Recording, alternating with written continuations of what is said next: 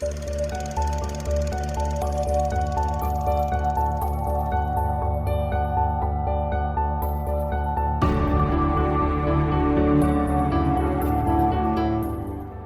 I'm Sophie, and I haven't seen a lot of films.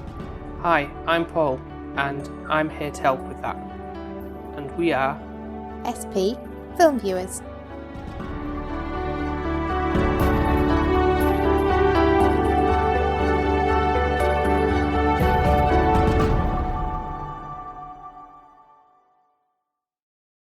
Now, Sophie.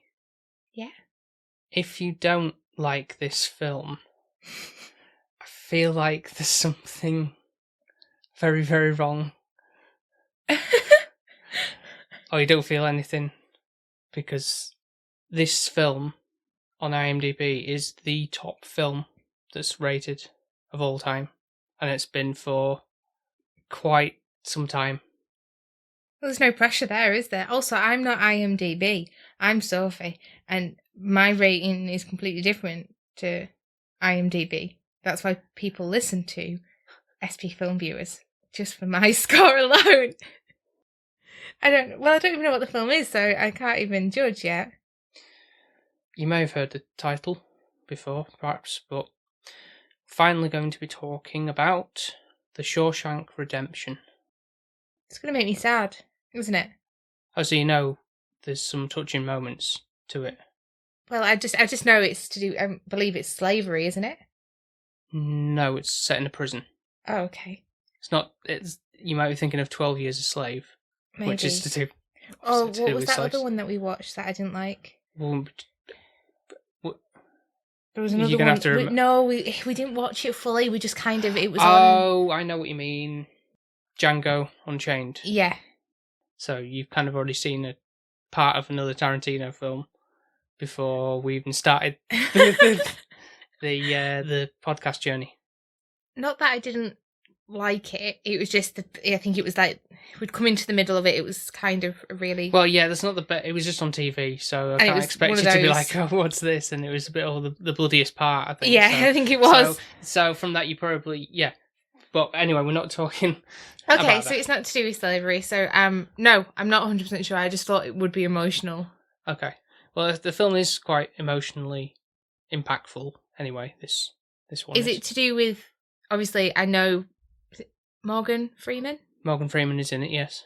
Is it to do with kind of like racism against? No, nothing like that. It's just more of the time that is spent within Shawshank Prison, Okay. really, and kind of like almost like the day-to-day stuff of building relationships up within there and So everything. you're basically saying I am going to feel sorry for somebody that's been put into prison for doing something wrong, unless he has been put in prison wrongly accused, which then kind of does come into a form of racism because that happens a lot.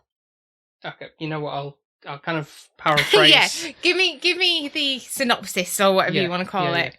Paraphrase this because it's two parts. Because the way that it was worded, it was a bit odd. But Shawshank Redemption. I'm not going to do Morgan Freeman voice because that's not going to happen to. You could never get that. To be fair, he's got the most amazing voice in the world. Not saying you haven't got a good voice. No one can compete with his. Oh, good. I'm voice. thinking I'm literally building my own grave here. Yeah, digging your own grave. Yeah, that's what it was. Yeah, not building. Anyway, Andy Dufresne, a successful banker, is arrested for the murders of his wife and her lover, and is sentenced to life imprisonment at the Shawshank Prison. Okay, so that's Morgan Freeman.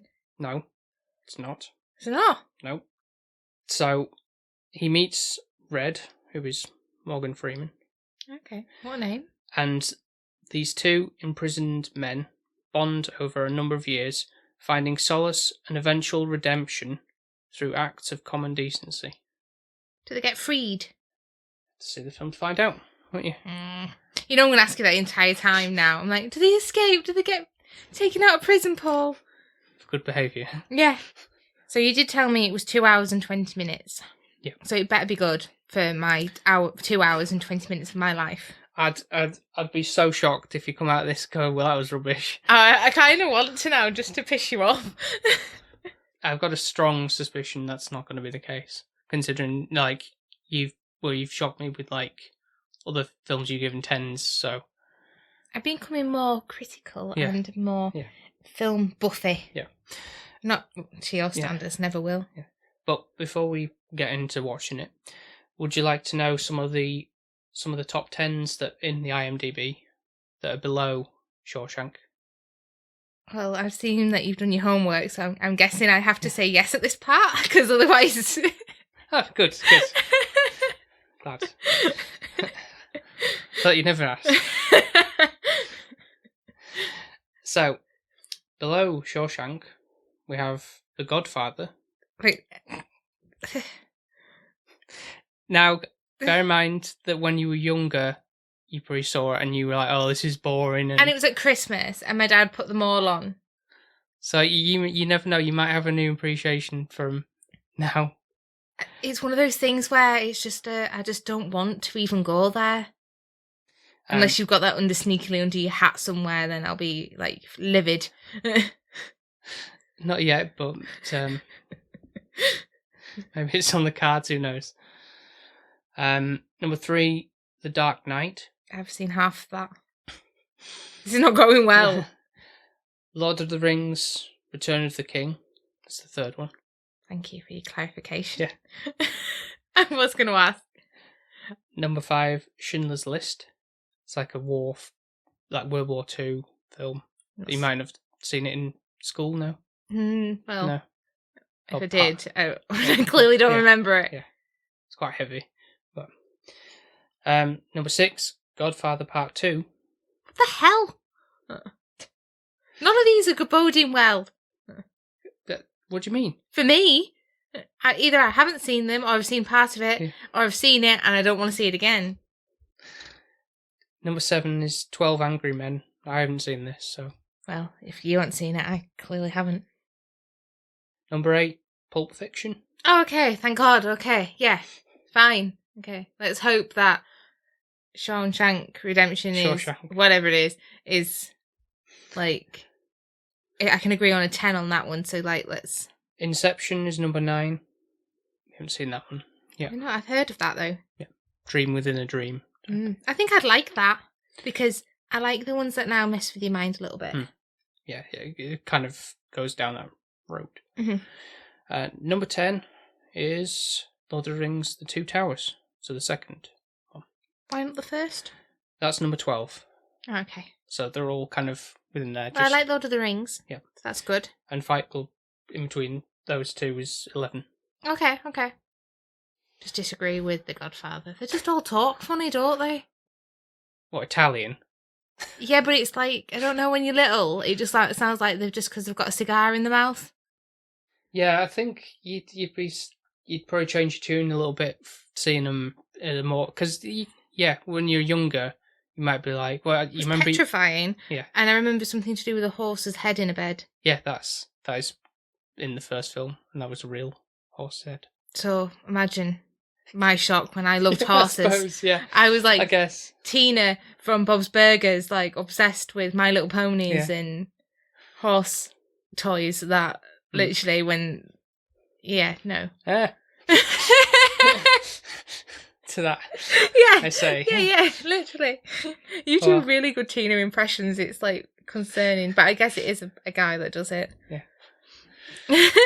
Anyway, that's enough rambling for now. We'll get to the film, and 2 hours and 20 minutes later. Yeah, see what you think.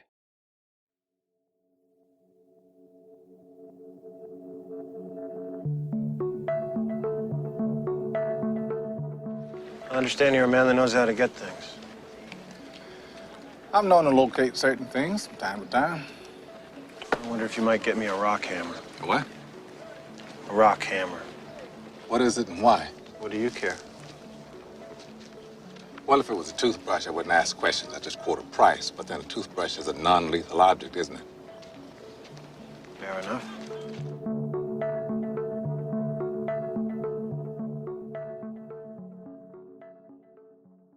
And we are back. What's that? Are you Morgan Freeman? Yes, it's trying to be, but it's not really working, is it? It sounded a bit more like I am a robot. Try one more time. And we are back. It's a bit better. It's not Morgan Freeman like, but he's got the most amazing voice. Like, if you ever wanted to narrate anything, Everyone would want him to narrate their lives. yeah, definitely. Basically. So, Shawshank, what do you reckon? It's a roller coaster of emotions. And It's weird because prison should be scary, and it is, but then it shows how humans adapt and how we become comfortable in a routine and normality. Well, it's not really normality being in a prison, but over time, it becomes your home. It's like where you live. And then that's when people kind of get to a point, which is really sad, when somebody's done a crime or anything like that and they're living there for ages. Depends how long the sentence is, yeah. Yeah. And the thought of being there for like 40 years, like, that's... We complain that we lost a year with COVID. I mean, I know, okay, we didn't do anything wrong. So there is, like, obviously, the moral there is, you know, you do your time if you've done something wrong. Oh. But I just think it's one of those things where it puts your life into perspective a little bit within this. It shows you how grateful you are for your mundane 9 till 5 job, getting up, even though it can be tiresome at times. It shows that actually... Some people might say they're in the longest life sentence ever for going to doing the 9 to 5 job, you know, like prison. But sentence. You are free, like... You still come home and you relax and everything, and you unwind in that sense, and you're not, you know, having to be told when you have to your lights out or anything like that, and fed slop or whatever. You can eat whatever you want. You can put whatever you want on the television. You can, you know, you've got a bit of time. You have those privileges. Yeah, so it's obviously set in the 1940s. Yeah, mid 1940s. Yeah, and Andy Dufresne is sentenced to prison in there's like a courtroom scene where it's kind of like going over like he's been saying, "I did not kill my wife and her lover." So it's the first time watching it. It's kind of hard to tell. Is he actually a murderer? Has he actually killed his wife and her kind of... Don't really like the word lover. Why not? I don't know. It's one of those cringe words for me. Well, not super seedy, but just it doesn't sound as that nice of a word. Okay. I don't know. I wouldn't really want to be referred to as that, to be fair. But so it's not like ignore for the crime of passion or anything like that. It's kind of seen like, no, it's just straight up murder, basically. So, can you get away with a crime of passion? I'm guessing it can be overlooked depending on the circumstances. I'm obviously not a lawyer, so I don't know the ins and outs of... Because that's made it sound like he could have got off scot-free, but he does give away like this aura of numbness, which makes you think he's a bit psychotic and maybe that he's lost it at the beginning and... Very, yes, stone-faced, almost like numb to the what's gone on, really, so... But he has a really good character development throughout this. Oh, definitely, yeah. And I think that's what makes this so strong. Mm-hmm. I don't know if you would, it's a long film, so, like, obviously got a lot to get into what starts in the courtroom, and then it's obviously, like, going in, initially going into the prison and everything like that, whether you'd be like, I'm not really enjoying this right yet, or anything. It does grow on you, I will say that, and it gets better towards the back end. Yeah, of course, obviously. It is lengthy. Yeah. There is certain parts which, for me, are, like, for example, when he gets into prison... And there's the certain guys that are kind of wanting to bum him. The sisters, yeah. That bit I don't really like. And for me, I know. I understand, yes. It does happen, and you can't just overlook that. Yeah. No. I wish I kind of, like, if for me to chop hours down, I would completely get rid of that. But those parts where he's getting beaten up, though, are kind of integral to the story. They kind of show his growth in a different way. We build him up, and obviously it comes to play with obviously like the development of the other characters, the guards and everything, and that's all one particular part. Yeah, you're right. It does. It just, I think it's one of those awful kind of scenes where it's rape. It doesn't matter how you sum it up. I mean, it doesn't show. It could have been a lot worse. It could have Yeah. actually shown it, but it's kind of just almost beaten up and then just suggestive. Yeah, which of that. It wasn't anything like I really absolutely despise these parts, but it was just a bit of a gory kind of scenes. I would say were there. I wouldn't even say that gory. Well, more just abusive, like Yeah. even with the cops, like beating people up, and obviously the first guy that got there, the fat guy, on the night, and they were like saying, "Oh, fish, fish, fish." Yeah, that must be absolutely petrifying. The first night in prison. I wouldn't last. I know I wouldn't. What do you mean you wouldn't last? You'd be dead. No, just like breaking down, like I've sobbing and thing. I know the whole thing, and probably just in general of. Paul. Okay. I don't want to think. Why does that? Sorry, you know me by now. Why does that not surprise you? I don't know. I feel like you'd put a brave face on. Oh God, no. And that's like no. Well, just don't do anything wrong to get in prison, and then you'll be fine. Make a note of that. Yeah. Otherwise, you'll get bummed. Yeah, that's another reason why I don't want. Yeah. Because there's no way that that wouldn't I would not to struggle or whatever. Yeah. Not nice. Not a nice thought, is it? Not really. No. But it obviously it happens and it's out there, and I guess this is a true reflection on what prison is like. To be fair, I've never been in a prison. I've never really encountered it, so this is the closest, touch wood, hopefully, I'll get.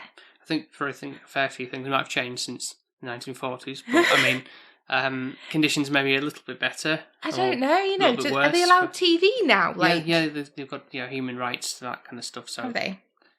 It must be so boring, and you can go stir crazy in a cell. Like the fact that they just get a book now and again to read, and after a bit, it's like the same bloody book. Do they have better? That's why they get new ones. Do they have a better rights now to be like in prison? Do you get TV? Yeah, there's recreational rooms and stuff, and obviously things to help better themselves, rather than just like, well, you're just in here and you've just got to think about what you've done, essentially, more or less. Must make you go stir crazy. Otherwise, like, I don't know, like a TV is that a good thing? I guess it is a little bit, but it just feels like, on TV. What do you do for your entire time? And do they actually also? This is how obviously ill aware that I am. I didn't know they made prisoners do chores. I didn't think that was a thing. Or maybe it was back in the day. I just thought it just sat in the cell. No, I don't think literally just sitting in a wall, like isolation type of. Because like if they're doing like the laundry and stuff, like I don't know, they could get into all sorts of trouble, and it seems daft letting them out. Really. Well, so she's literally just saying, just like putting them in the hole, basically, just do that. No, they're allowed light and food, but I guess they do let them out all to mingle to eat with, which just seems mind-boggling, because it's like, well, if you hate somebody, then there's fights and all of this shite, and but yeah, just lucky that we're not in prison. Yeah, I mean, I don't know. I haven't seen. There's a thing on Netflix that's been out for ages called Orange is the New Black, and that's like a TV show about like in a female prison. So I don't know like what the standards are on that, but it was a month before Andy spoke. Yep. To anybody really, other than that brief thing in the cafeteria, and then it was, and he spoke to Red, who's Morgan Freeman's character in The Yard, who's been there 20 years, as Morgan Freeman, and keeps getting rejected. So he did murder. So I'm guessing he got 20 years for one murder, and keeps getting rejected every 2 minutes. But he's the man in the know. So. If you want something and you want to get something, he's the man to go to. Mm-hmm. Yeah, the one who gets everything in from however means. I'm not sure. I'm not sure either. Suspicious. And one of the sweet characters is Brooks, who's the librarian. He comes around with the thing, and he has the little crow. He raises in his Oh my God! This now. How do I say this? So Andy, I'm not that attached to. I like him. He's a good development. Brooks broke my heart.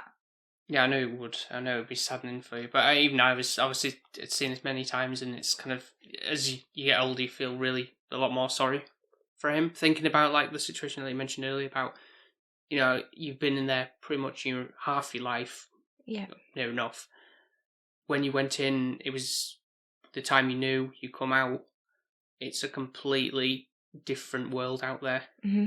Oh, it was when he said about the cars, and then he was near enough getting run over, yeah. and then he was having to go to work, and it's like he shouldn't be working, bless him, and he's like getting rushed off his feet trying to double bag groceries, and it was just miserable. And it's like he had no family and friends because obviously everyone had passed on by that time or moved or whatever. And obviously he didn't have a chance to have a wife or children, possibly not. No, depends probably on literally nothing. They just put him up into like this just apartment, just like for the government. Like we have like council flats or something, houses. Yeah, which is called a halfway house in America. Which obviously your boss thought it was funny when you took me to a pub called the Halfway House. Thought you were taking me to Remission or something. Yeah. But the little crow, the fact that obviously he'd got out of prison, which is normally should be a happy day, but he seemed to detract and kind of, it was worse for him. He was just on his own and he was more scared and frightened. The prison had become his home. That's all he knew for ages. And he was almost, like I said, when he got the letter and he's free to go, he's almost like, right, I've got to do something to keep me in. Knife somebody, as he threatens obviously one of the other friends of his in the clan and everything. And it's kind of like, this is all I know. I've got to do something dangerous to keep me in here. Like I'll do anything but go out there. Which sounds absolutely bonkers. Because you're in a prison with murderers, rapists, the worst people you could probably think of. Mm-hmm. And yet, the scariest thing to this person is to go out into the normal world. Yeah. And he broke my heart, he really did. Mm-hmm. Like, getting rid of Jake, the connection he had with the crow, I was like, because he'd raised him from a little baby. Chick, yeah. And then, but at least, he gets to be free. He's a bird, he's got, Yeah, but then he was sat in the park saying he was waiting for the pigeons and feeding them, and he was waiting for Jake to come, and it's like, oh my god, this is tipping me over. Yeah. And then, obviously, sadly, it's not a really happy ending for Brooks. No. He takes his life, and he's carved his name in the wood as well, like just a reminder of that. And so it's so heartbreaking, really. I feel like they need more support when they do come out of prison. I say different times that wouldn't have been out there, just be like, back on the street, deal with it yourself now. I know obviously they've given him a job and they've given him like a place to stay, but there's definitely more to it than that, isn't there, that is needed. Yeah. But you say, like, Andy, I mean, he comes out into his own when he's obviously helping out the guards with, like, financial advice, basically, and stuff, because obviously he's a banker when he was in the modern society and everything, so that he's got that leverage, and he seems to be the most well-spoken, smart person in there. Educated, isn't he? Really, that's pretty much it. Yeah, and he seems to be able to help them out and kind of get what he wants from it at the same time as benefit the other prisoners, and then he gets like a kind of a gang to help support him because obviously he's having a couple of years. He's having a bit of a hard time getting beaten up by these sisters. Yeah, and he seems to do a lot for the other prisoners. So when they're tarmacking the roof, and then he barters with the first police officer for the beers, and he doesn't even drink. Mm-hmm. But he's sat there watching them all having a drink once they've done all the hard work at 10 o'clock in the morning. Yeah, well, like I say, it makes them feel like they're free. A little glimpse of this is normality, really, and everything. And they've God knows how long they've all collectively been there and just sucked up to the normality of what their prison life is like. Been up to that point, but now he's got this little clique that he's kind of friends with, and then they're like you kind of know them sort of individually. Not all of them, but it's I can't remember the one who gets. Brooks gets in there. I can't remember his name actually off the top of my head, sadly to say, but he looks like Dr. Cox from He does Scrubs. Yeah. It does look like him. I'm so glad, because normally I say this and you Yeah. go, no, he doesn't, Sophie. And I'm like, I'm pretty sure he did. And even the characteristics of him and the way that his character was a bit like a Dr. Cox kind of. He was the outspoken, brash, in-your-face kind of character. Yeah. So there is actually a scene that I think I quite enjoyed. And actually, they did have TV time, I guess, but it was a room instead of like a television in their room. They had this like cinema kind of Mini cinema, yeah. Yeah. And they all went, and obviously it's the same films pretty much by the sounds of it. They don't have a big variety. It's a wide selection now. Not like my shelf upstairs now. Because like Andy said, oh well, I've watched this 4 times this week or something. Like it literally, and they know it for beat for beat. But I just really enjoyed watching them watching a film. Even though there was a snippet, What was the actress's name? Rita Hayworth. And when she does, you do it better than me, Paul. Go on. I mean, it's not really going to work on a microphone, is? But you can do the noise. Well, like flip your hair back. But then everyone else does. Woo! Like cheering on, like woo. Yeah. I just thought that was quite funny because it's like, well, they don't get much action unless it's the wrong kind of action that they don't want. And obviously, a female touch and. Well, it's not a female touch. It's just seeing a woman, like. Yeah, but wolf whistle kind of. They don't get any of that, do they? No. So it's they take what they can get really, and just use your imagination, maybe. But I can totally understand. Obviously, the appeal there, almost like a sexy seduction type of reveal for the from the film. I haven't seen the film itself, Gilda, but intrigued. Just, I mean, obviously from seeing back when I haven't taken it upon myself to like go into sourcing it out yet to see it, but there's probably more to it than just that scene, perhaps. But obviously, I think it's very famous for because people will go, "Oh, what's that film from?" Yeah. Exactly, definitely. Yeah. I would want to now go see that film just from the clip it. And it seems like one you'd like anyway, because it's like an old style. And she's called Rita. I mean, that's my mum's name, so, it was a really good name. So he gets a poster, does Andy. Yeah. After he's, obviously, that was after the time he got really sorely beaten up. We went into the infirmary for a month, basically. The guy gets, Boggs gets sent to the hole for a week. A week, that was it. I think he's got away with it, and then the guard's beaten to inch of his life. Pretty much can't walk for the rest of his life, then he's paralysed. So then we never see him again, and that's like, you got to come up and say so obviously it's like, you kind of like those things, the bad guys get what they deserve. Yeah. They're just desserts. So then they kind of like, he's gone.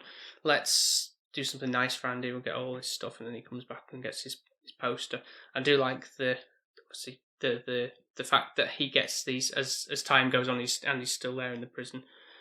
The poster upgrades to the women of the time. So he gets later gets a Marilyn Monroe poster, and then the last one he gets is Raquel Welch from, I think it's 1 million years BC, which is like a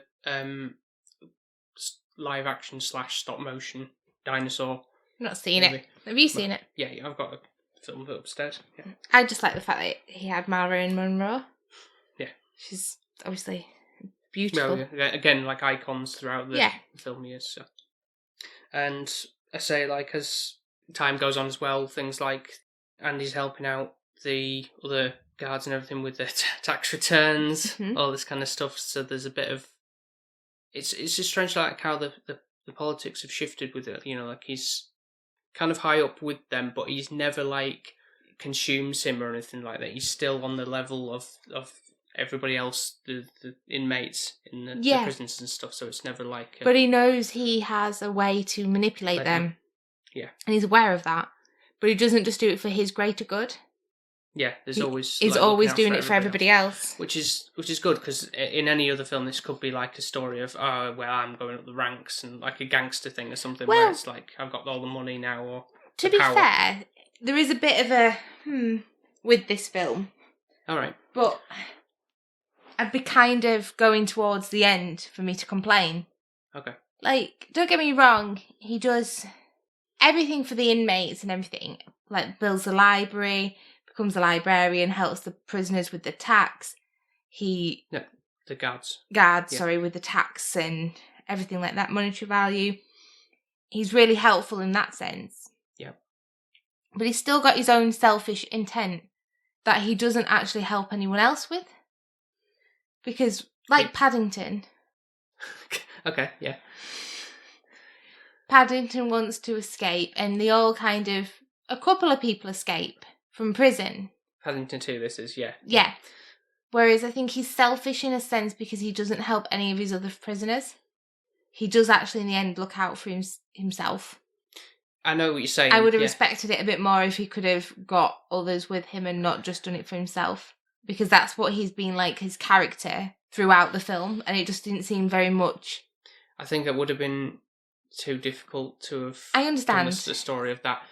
And you see it as that comes like, definitely there's information later that he's been wrongly accused and there was somebody else involved that did murder. And to be fair, it's awful because now the prison values him so much, they don't want him moving on even though they know he's innocent. Yeah, that's... The police guards know that they've got a good thing going where they don't have to pay him anything for the service that they're getting, whereas they'd have to cost him an arm and a leg. So they put him in the black hole thing for like 2 months. Mm-hmm. Just selfishly. Yeah, this is the part. The back end of the film is when Norton, who's like the chief of the prison or whatever I title it may be, you kind of see him at the beginning, but there's not obviously now and again you kind of see him when obviously they're just kind of doing ways to sort of fiddle the taxpayers' money or what they're spending on for labour and stuff. But it's more at the back end. He seems more of an arse dick, whatever you. He seems to be really encouraged towards Andy at the beginning, and he just take him under his wing, and he's like, but then I think the greed and the selfishness has concreted in, and then when Andy gets a little bit of hope thinking he can get out, that's when this guy becomes an absolute twat of a character.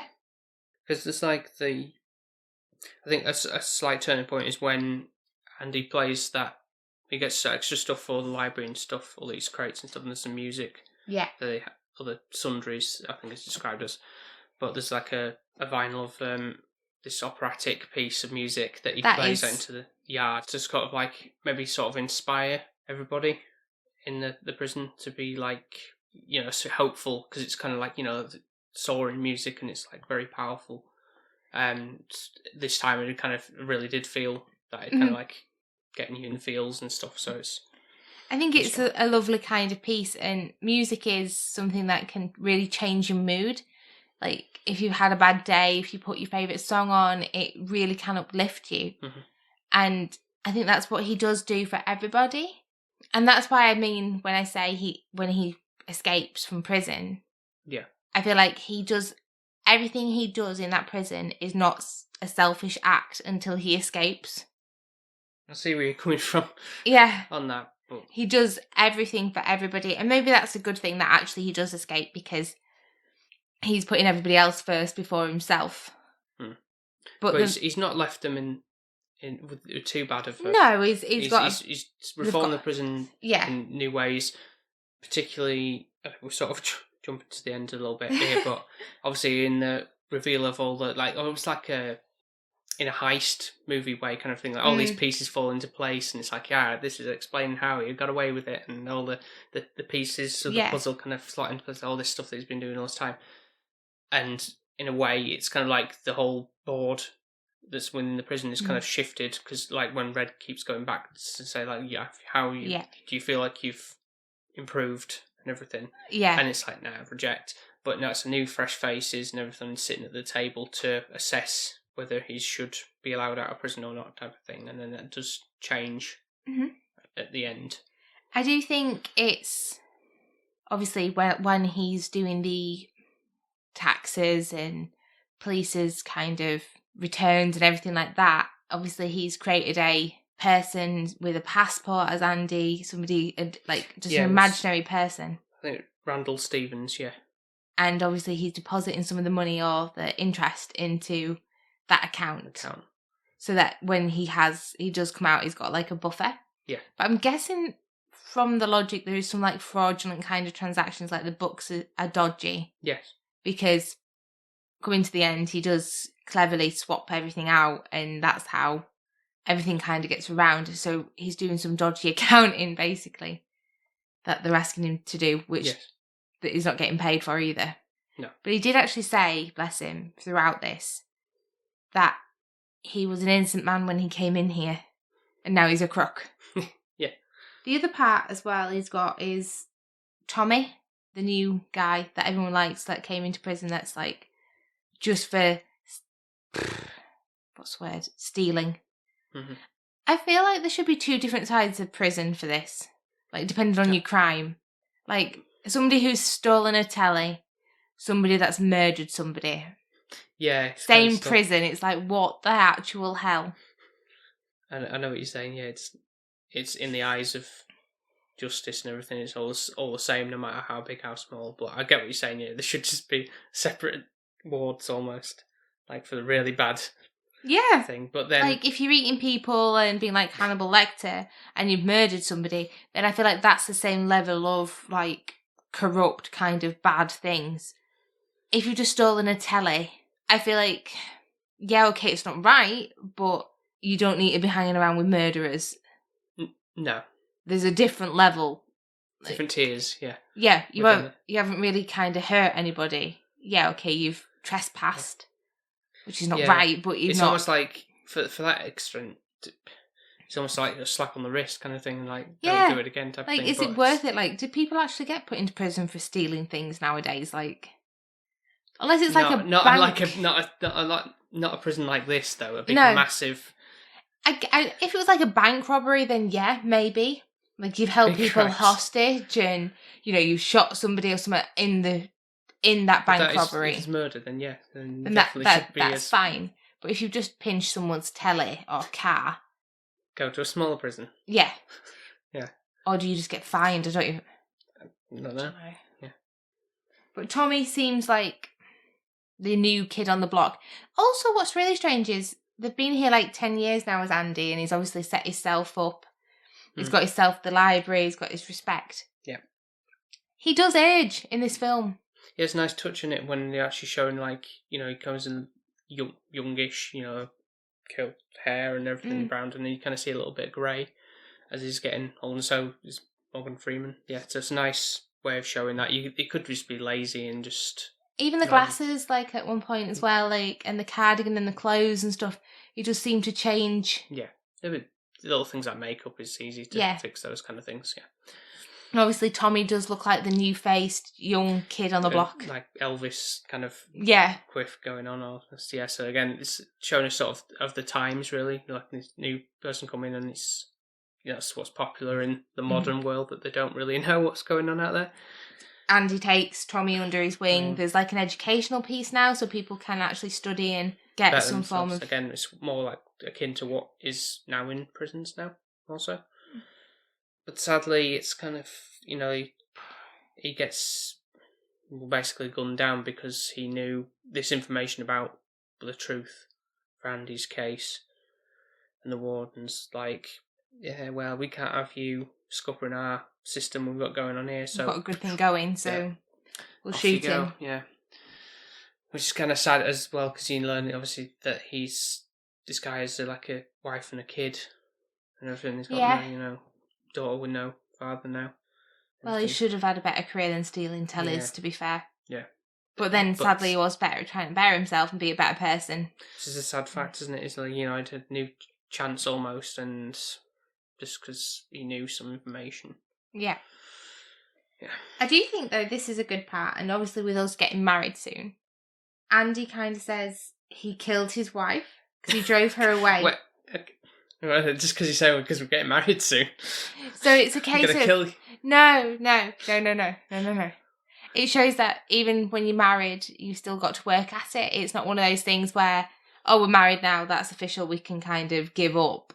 It's a case of it's still a relationship, it's still a battle. Yeah, of course, yeah. You still have to make it exciting, and I think that's the thing where he didn't show that. So obviously when I was getting married, we've been together 10 years now anyways, nearly. I mean, it feels like we're married already. Yeah, it does. Pretty much. Yeah. But I think, again, it's probably more of the time when this was, where that was a big... I mean, not to say that it isn't a big commitment, but you know what I mean? Like, in terms of how It wasn't like things you'd be changed divorced. dramatically for once you are married. There was a big overhaul in how you were with that person, I suppose, really. Also, I think for a woman back in the 1940s, it was a case of you cook, you clean. Yeah, that kind of... Not the right thing to be, but, you weren't a partnership. It was a case of she became the woman of the house and did all the chores. Yeah. And he went out to work and brought the bacon in, so to speak. Mm-hmm. And whatever he said would go, which I think, to be fair, really, in most households, it's what the woman says now goes. We have equal rights, you mean? Yeah, but women are clever at making the men think, oh, I had a brilliant idea, but actually it was their idea. They just put a little seed in your head and... Is that right? We let you own it. Look at your face, you're like, no, that's not true. So it's getting to the point of where Andy is he's been obviously blocked out in this place with no lights, no nothing for like 2 months, which... A lot of time to think. Anyone could go stir crazy though as well and lose the marbles, which luckily he doesn't, but all the prisoners now think he's kind of losing it. He's got to a point of where he knows he's innocent, but he's stuck here doing this like mundane shite and not being appreciated and not being given justice for what has happened to him, really. It's almost like that was my only one shot of knowing anything, of getting out of here, and that's been taken away, so I've got no chance now. I'm essentially in here for life. So it's like, right, okay. He speaks to Red about this place he wants to go to in Mexico. I think it was Sayhuatoneo, I think. I don't know how Red remembered this at all. When it comes to the end, yeah, because I'd be like, Yeah, I would be like, I don't know, somewhere in Mexico. Yeah. But he mentions about this place, Buxton, where there's like a hayfield, and there'll be a wall by a tree, and you got to find this rock that's hiding something underneath. So it's like, okay, what's that about? So so at this point, it's like, well, you've clearly got a plan to get out of here to say this, because it's not going to already be planted there. Well, I thought it was. I was really gullible and was like, oh, okay, yeah. He's obviously just, it's money or something like that, or to help him or whatever. And obviously, clearly, I was just not with it when I watched it, because obviously, you know me, literally, what they say, I believe. Really? I'm very gullible. I didn't think anything of it. I just thought... Oh, okay. And I did actually think when they said about him getting a rope... Right, okay, you actually thought that he was going to... I was thinking, oh, is it going to end where he's like Brooks? That was leading you down that path. I think that's part of the writing of the story. Yeah. So I mentioned the fact that this Stephen King, who was done mostly like horror books, like The Shining, for example. Boo, that's a shit film. No, it's not. It's the most crappiest film in the world.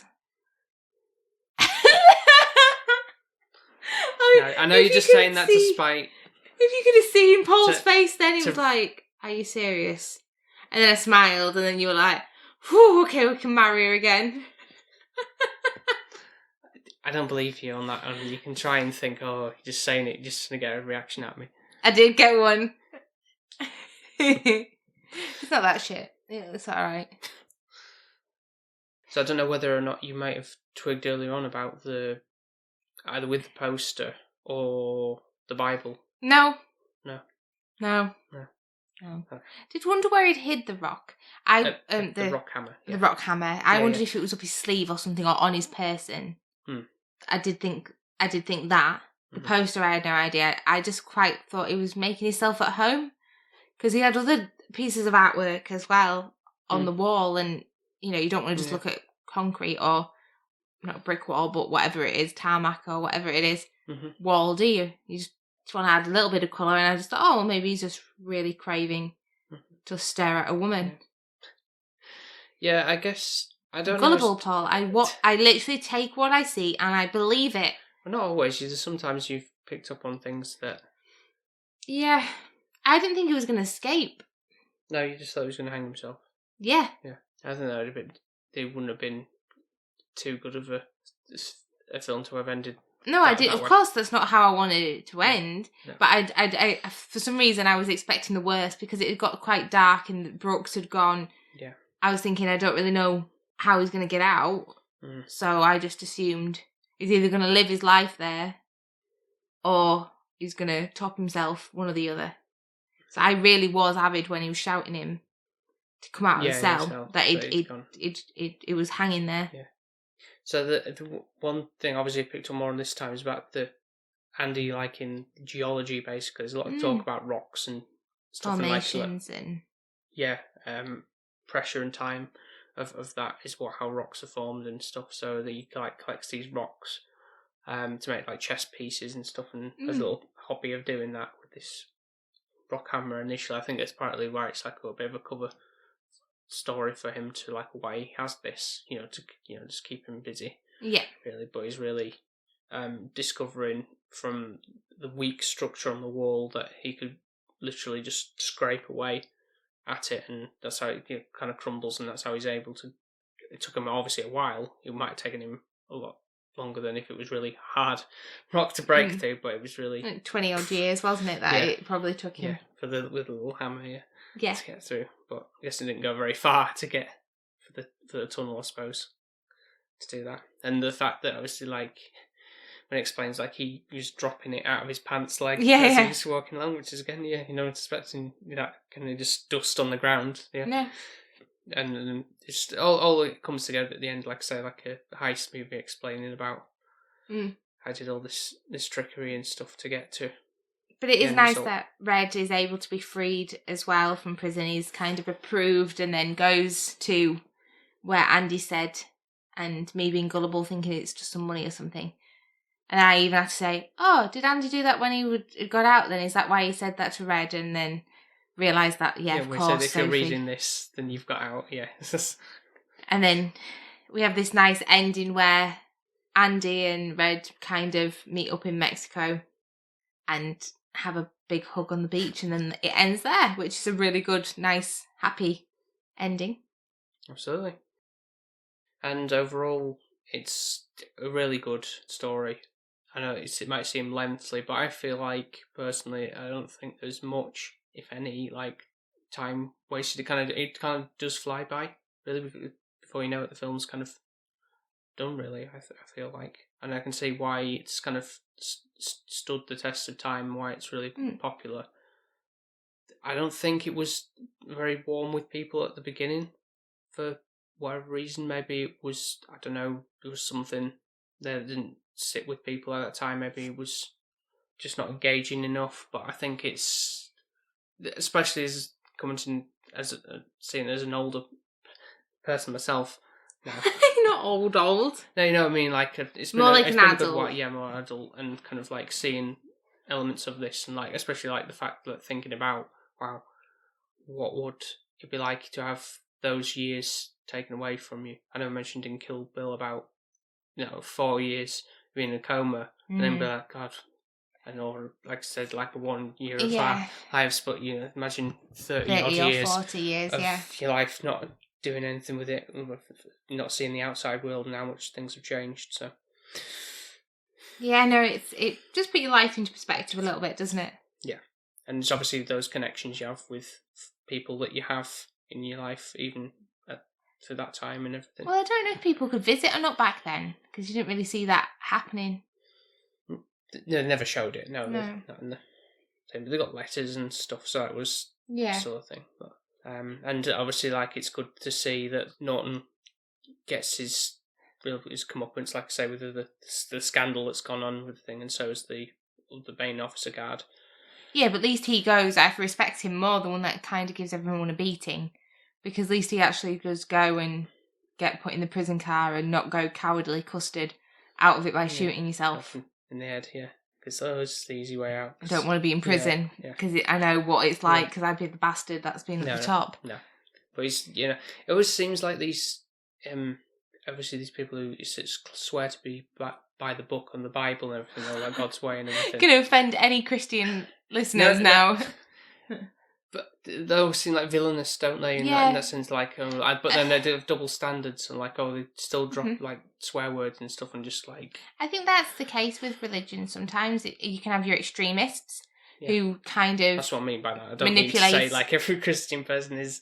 Yeah, but it's the same with any kind of religious kind of belief. It's how you want to interpretate it and how you want to take it, I guess. Yeah. But yeah, I just think it's better to. Not. Be nice. Yeah. But the Bible came in handy for Andy. Yeah. Right? It did. So obviously he cut the little rock hammer out into the book, and that's why he always had the Bible, but luckily he knew the Bible and his... Would be safe. You wouldn't be checking the Bible. Why would you be? I would. What would you mean? I would have checked the Bible. Would you? Yeah. Why is he holding it? Because he loves it so much. Yeah, right. I didn't expect the hammer in there, though, to be fair. Didn't expect the wall behind it to be crumbling and him escape. Mm-hmm. I didn't think if he did escape, I would have thought it would have been more of a team effort. I was a bit disappointed in that.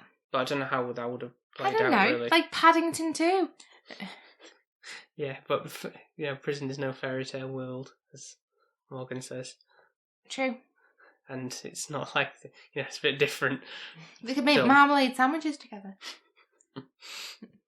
And obviously, with the final thing, I guess, with we'll go to scoring, the fact that Andy had to go through a sewage pipe to get out into the thing. I mean, it's a small price to pay, I suppose. To be free.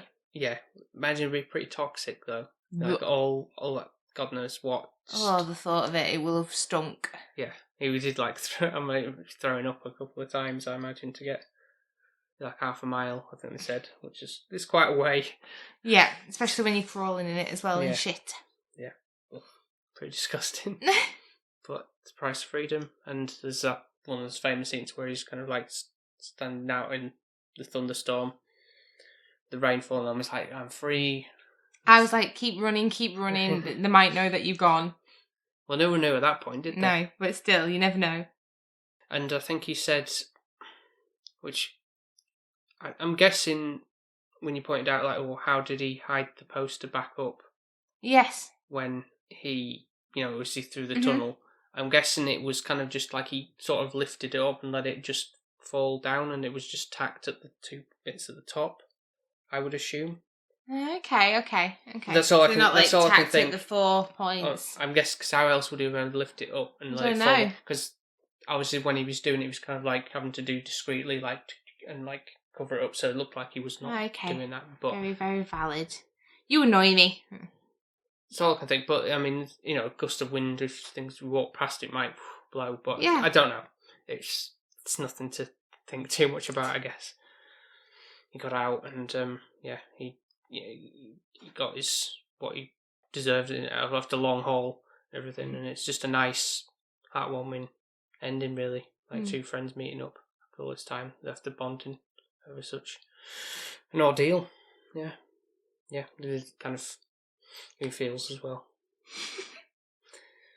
But thinking of you and your mates, if that ever happened, is that what it is? I guess, yeah. Or if family member you hadn't seen for knows how long.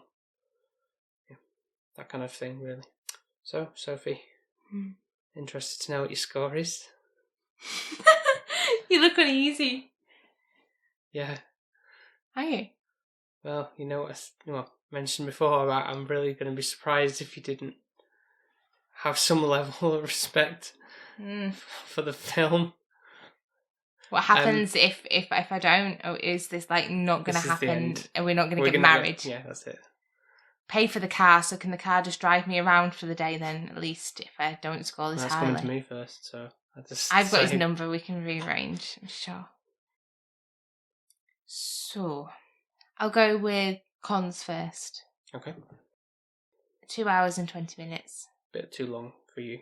Yeah, for my goldfish playing blub blub blub blub blub blub. Violent in certain areas, which obviously it has to be, but just sometimes it's one of those where I can't look. I get that.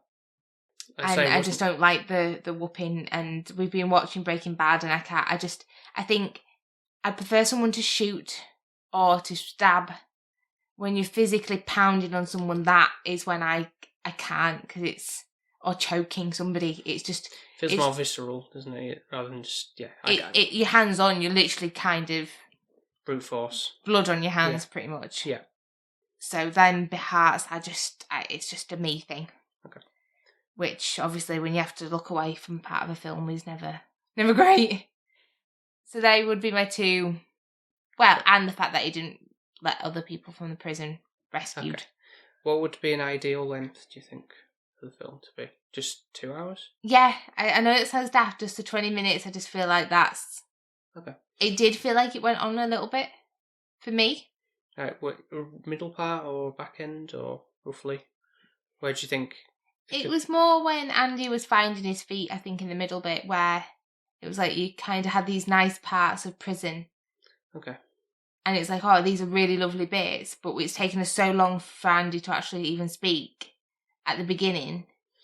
I mean, yeah, to get to then these points, and it's like, and the beatings that he got and everything, but all of it makes sense, and there's not much that you could cut. I don't think there is, personally, no. But it just feels like a long film when you're watching it. It makes you go through so many emotions. Yeah. Is this a positive or negative? I guess it's a bit of both.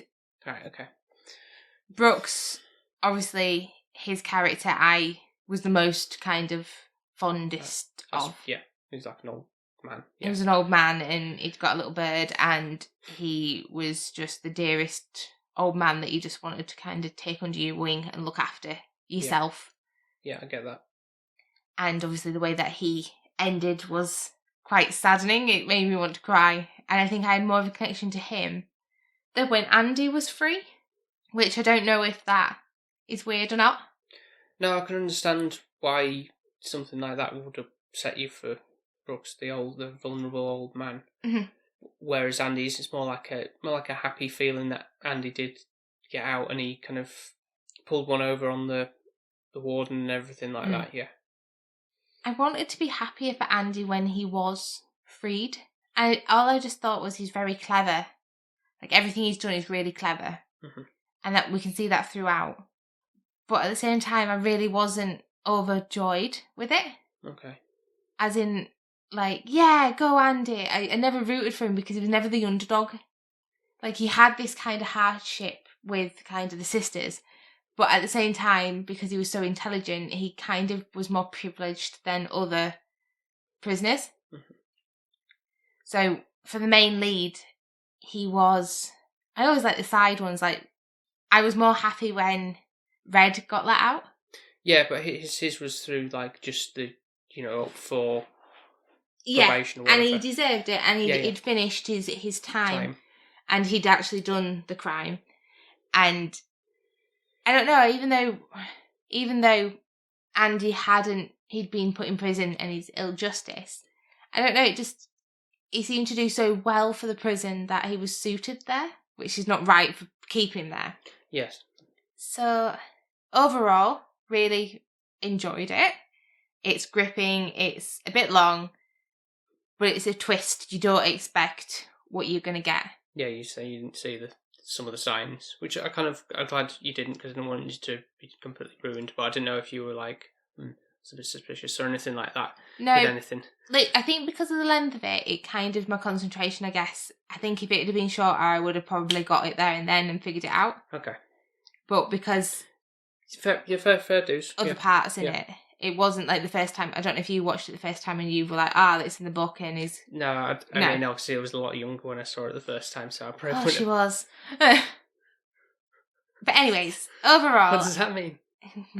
I watch films when I'm about 10 years old. And well, the films which I was 10 years old were not like Shawshank, so... You do watch some things where you say, I watched this when I was younger, and I'm like, how young? Sorry. I watched it on BBC in my bedroom on my own. Weird. Should you say so? I recorded it. It's like a little old man in his bedroom recording something. Sorry. This was before Netflix and everything. I know. But I just don't think... I never went, Mum, there's a programme I want to record on the telly. I'm going to record it. Like, anyways. Overall, You look very anxious. Overall, The story's brilliant. Great acting. You've got Morgan Freeman. It's a lovely ending. And there is some really heart-jerking moments. I don't think I can score it high. okay. As in Full marks. Full marks. Okay. But for me, it's a 9. Right. I can't give it a 10 because of the length and the fact that Brooks dies, and okay. the fact that I feel like some of the other prisoners deserve to be freed as well. It is a nice ending with obviously Andy and Red at the end. It is lovely, and I'm a sucker for a happy ending. Yeah. But I saw it coming that at the end I did once Andy was free. Okay. I knew Red would be free too, and they would be together, and I kind of was able to put them jigsaws together. Okay. But it did give me a bit of a tearjerker when Red was saying he missed his friend. You're smiling now. I was putting you through the ring there, wasn't I? No. I thought it was probably going to be either, I don't know whether it was going to be 9 or 9.5, 10.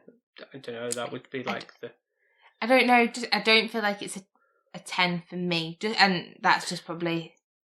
Yeah, do you think in years to come, or whenever you see it next, that could change, very well change? You think there's potential for it to go up? Possibly, yeah. Not saying like you have to give it a 10, but I'm just saying like I'm happy that you give it a 9. I don't know if it'll be a full-on 10, to be fair, ever. Yeah. Just because my 10s are a completely different genre. Yeah, I get that. Yeah. If that makes sense. Yeah. And there's certain parts which I still won't look at. Okay. Yes, no, I get. Yeah. It's for enjoyment purposes. You might be like, you shouldn't have to wince away. No, and whereas like I don't have to in Singing in the Rain. Like literally, you put that on and it's enjoyable and you're happy throughout. Yes, but different. Yeah, type of exactly. Film. Okay, that's fine. I absolutely agree with you on that. But mine is can't not give it a 10. I knew you were gonna. That might sound cliche to like everybody gives Shawshank a 10 or whatever. I don't. You're not most folk. No, I'm not. But my means is there's definitely more an appreciation for it this time around. Obviously, I know it was great from hearing people saying it was great from way back when, and obviously seen it a few times, and just it's really great. But now I've sort of like a more of appreciation, knowing more about like sort of like the politics within the prison and all that kind of stuff, and how everything kind of falls more into place and everything. And I think it's just more the bonding with Red and Andy in that, and that kind of strong relationship, and how Andy's helped reform the prison in a good way, and sort of like going like, wow, like realizing how precious life is. That kind of thing that drives in. That's why it's probably like the top film in IMDb's listings. Really, I can see why. Anything else to add before we say our goodbyes? Don't think so. Apart from soon, it's my birthday special. It's my birthday. That's right. Yeah. So we're looking forward to going over those films with you. Birthday month in September. Big 3-0. Very important birthday. It is. How are you feeling about that? I'll be happy to be turning 30 because I get married when I'm 30. And very close to one another as well. So. Yeah. Sorry, everybody. Why are you saying sorry? More expensive. Wedding and birthday. That was not our intention, was it? I wanted to do it. Separate them. Yeah. So thank you very much for listening to this episode. And if you would like to go listen to some of our other episodes, you can do so over on Apple Podcasts, Spotify, Podbean, and wherever else you might get your podcasts from. And if you want to follow us on social media, then definitely go and do that. We've got a Twitter page, TikTok, and Instagram. Paul is posting loads of lovely pictures on Instagram showing everything that keeps coming through the post box, basically. So you can follow us under the handle SP_filmviewers, if you haven't already, of course. And if you'd like to leave us a 5-star review, you can do that on Apple Podcasts, Podchaser, and wherever else they do the scoring system. So we're kind of coming to a bit of a final countdown with films reviewings. I'm going to be taking a break after my birthday special.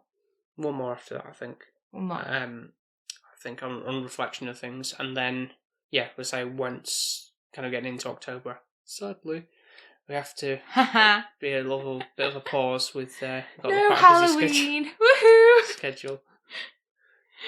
Oh, just what's the one then? Is it just one Halloween one? No. The way it falls, I think you'll get one in the back end of September, maybe. I think. If I'm correct with the calendar months, but I'll have to look into either way. It doesn't matter. It's going to be there'll be one more I want to cover before the sort of the back end. Okay, I'm already looking at you like what you're making me watch. So, thank you very much for listening, and we will speak to you next time. Speak to you next time. Bye now. Bye. Bye. Bye. Bye.